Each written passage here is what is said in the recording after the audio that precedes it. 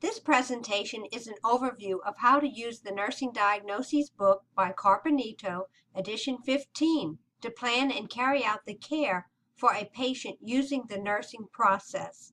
Let's begin by turning to Appendix B. Appendix B begins on page 1078 through 1081. Here you will see an example of a nursing admission baseline assessment, which is what a typical nursing admission assessment tool would look like. Nurses use this tool to collect information about their patients as to why they are seeking treatment.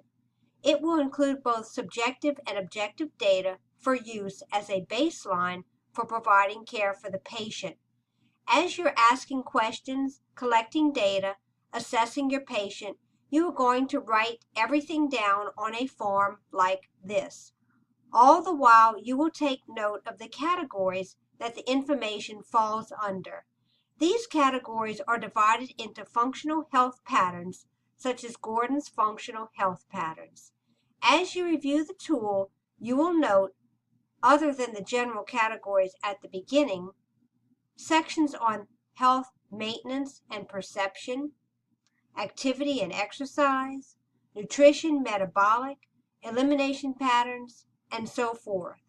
As you turn the page, you will see more categories. As you're noting the information, it is a good idea to highlight anything that is abnormal because you will use that information as you begin to formulate your nursing diagnoses. So, for example, as you're collecting information, you happen to notice under the cognitive perception category that you have data in the pain management section.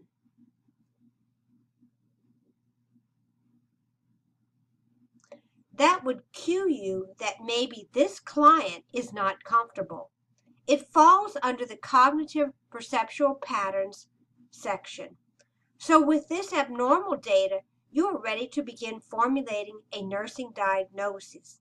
It is time to turn to Appendix A, which is on pages 1076 through 1077. Appendix A, called Nursing Diagnoses Grouped by Functional Health Patterns. With the knowledge that this patient is in pain, which falls under Cognitive Perceptual Patterns category, you see comfort impaired, with pain as a subsection. Now, with this information, you can turn to the Nursing Diagnosis Index on the index pages in the front of the book, pages 1 and 2. On the Nursing Diagnoses Index page, you're going to just go down the list in alphabetical order until you find comfort impaired, and note that it is on page 137. On page 137, down in the far right-hand corner, you will see the beginning of the chapter on impaired comfort. And you will see under it are more specific diagnostic labels of acute pain, chronic pain syndrome, labor pain, and nausea. Then you will see the NANDA definition of impaired comfort, and you will see the beginning of defining characteristics. The defining characteristics are the evidence that a patient might be experiencing impaired comfort. You can turn the page and see the remainder of the defining characteristics. The next section here is the related to factors. Remember that those are the causes or the etiology of the pain or the impaired comfort. Related to factors are listed in sections called biopathophysiologic, treatment-related, situational, and maturational. Many times there will be a note from the author and errors in diagnostic statements. So you can see down at the far right corner, there's the author's note, and if you turn the page, you'll see the errors in diagnostic statement that you want to be aware of, and there are key concepts to consider when using this diagnosis. On page 141, you will then see a listing of focused assessment criteria. It will be listed as subjective data, along with objective data. In the listing, they offer questions that you might ask and things to consider when gathering both the subjective and objective data regarding a patient's pain experience.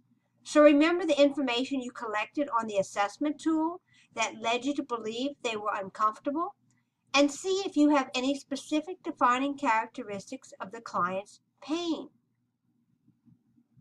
Next, look at page 143. On page 143, you can see that they have goals and interventions listed here. The goals are listed as NOC, Nursing Outcome Criteria, which are the things the client would do or say, these are the behaviors, as a result of your nursing interventions. For example, after teaching the client about pain, you might want them to be able to describe factors that increase the symptoms so that you would be able to know if they felt worse. Notice they're written in general terms. You have to make these outcome statements specific to the patient using the components or parts of the outcome statement, which include subject, verb, condition, performance criteria, and time frame. Next, they give you the nursing interventions, or NIC, according to the taxonomy. These are the things the nurse would do to help the patient meet their goals, the NOC. For example, the nurse would assess for the source of discomfort. They would do things to try to reduce the pain and promote comfort. These interventions need to be made specific to the patient as well. Also listed on the next page are, on the next page, which happens to be page 144, are additional interventions along with rationales, and you can see the R next to each of those. These are the reasons for the interventions. So this is just a brief overview of how you might use the nursing diagnosis book by Carpenito when you're planning and carrying out care for a patient.